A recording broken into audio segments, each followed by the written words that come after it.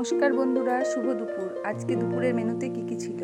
গরম ভাত, সাথে স্যালাড, তার সাথে ছিল কুমড়ো ফুলের বড়া মুচমুচে, এরপর আছে মাছ ভাজা, তারপর আছে পেঁয়াজ দিয়ে ছোট ছোট মাছ ভাজা, যেগুলো আমরা চুনো মাছ বলি। আপনারা কি বলেন কমেন্টে জানাবেন। এর সাথে আছে নিম পাতা আলু ভাজা, আর আজকে যেটা বানিয়েছিলাম স্পেশাল সেটা হচ্ছে পটল চিংড়ি, আর আছে মাছের ডিমের বড়া আর চিংড়ি মাছ দিয়ে টমেটো দিয়ে টক। তার সাথে আছে বাড়িতে বানানো টক দই। এই হচ্ছে আজকে আমার দুপুরের মেনু।